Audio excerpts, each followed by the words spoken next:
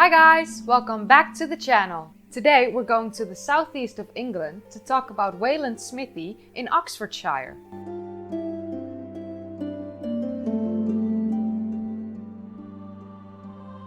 Its location along the village of Ashbury is along the same hill as the Uffington White Horse, the Uffington Castle, and along the Ridgeway National Trail, which is an ancient road.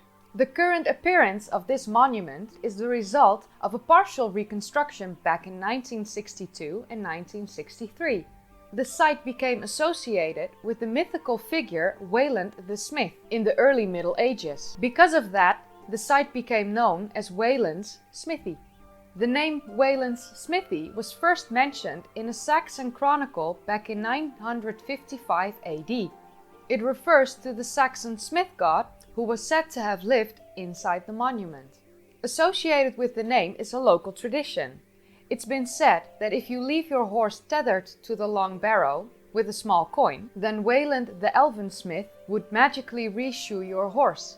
Wayland Smithy is a two-phase Neolithic tomb. It's a chambered long barrow, and it's in one of the best surviving conditions when compared to other long barrows in England. It's made out of sarsen stone. It's a sort of sandstone common to the area. Sarsen stone is similar to the stones used in Stonehenge. The tomb that we see today is the later phase of the monument. The first monument, known as Wayland Smithy I, was built between 3590 BC and 3555 BC. It was a mortuary complex made of stone and wood.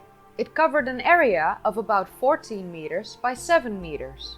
There were few finds recovered from the surface of the monument, including conjoined flakes of a smashed, polished flint axe, several sherds of Neolithic pottery, and fragmented animal bones from both domestic and wild species. The remains of 14 people were found in this first older monument: 11 men, 2 women, and 1 child. Radiocarbon dating showed that the first burials would have been placed there shortly after construction, and that the last burials have been placed around 3550 BC. This means that the first monument must have been in use for about 20 or 15 years. 3 leaf-shaped flint arrowheads were found among the bones. Each was in contact with the pelvis and each had a broken tip.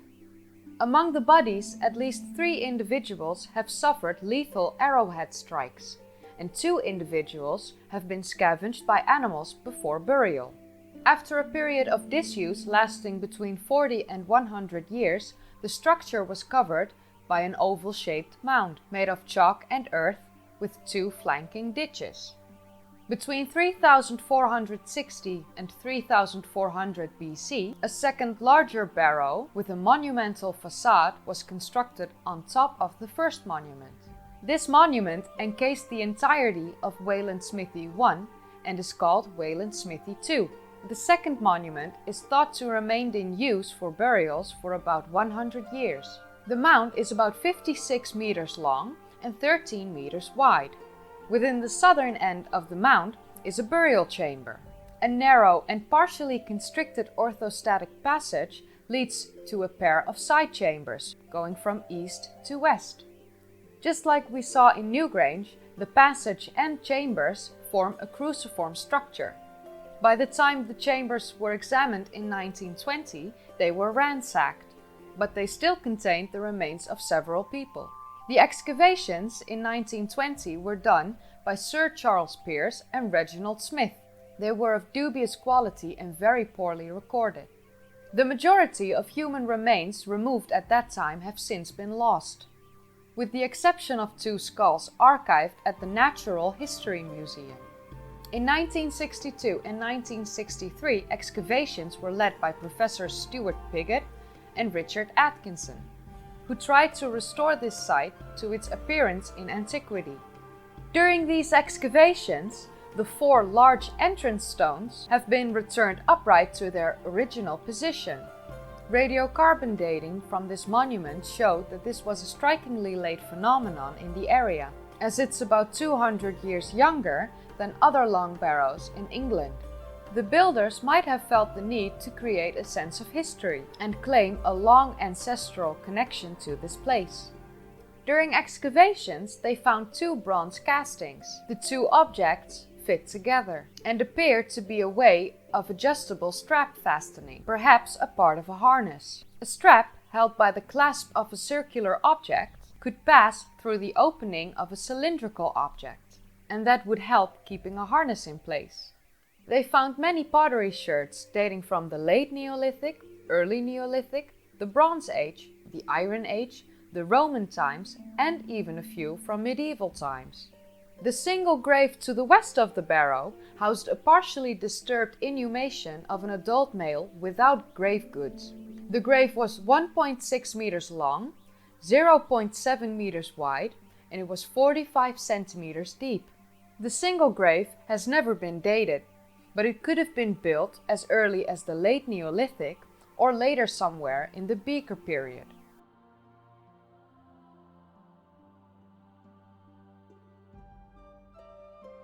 Secondary beaker burials at long barrows are not uncommon.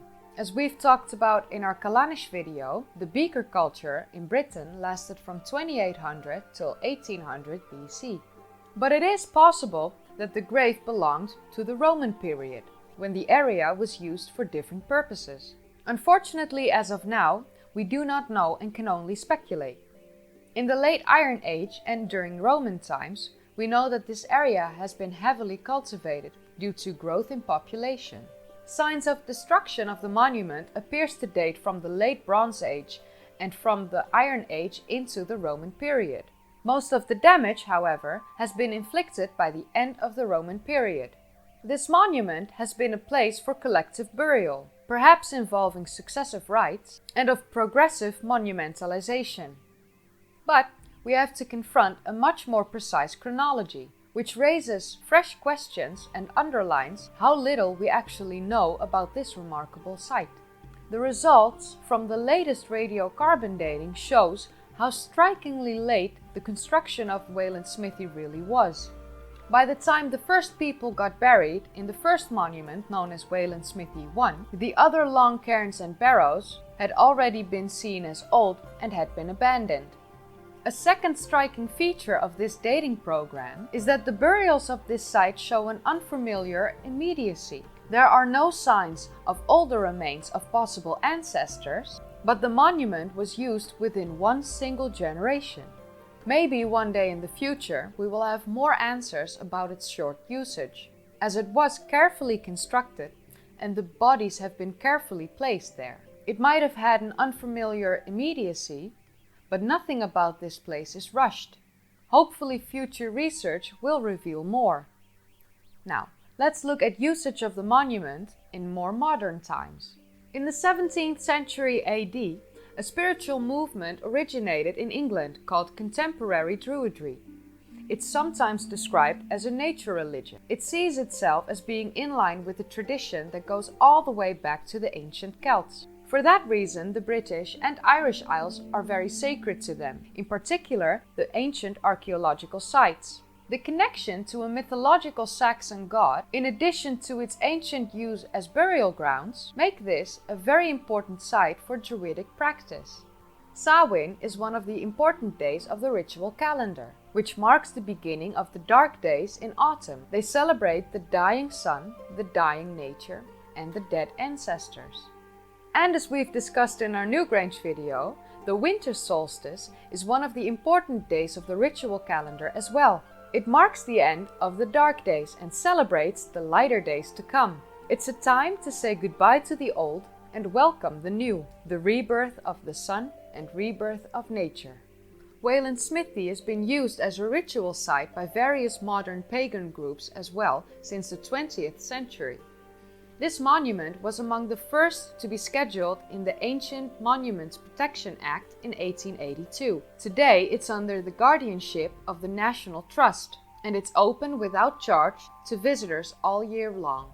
If you enjoyed watching, then don't forget to give it a thumbs up and subscribe if you'd like to see more of these kind of videos.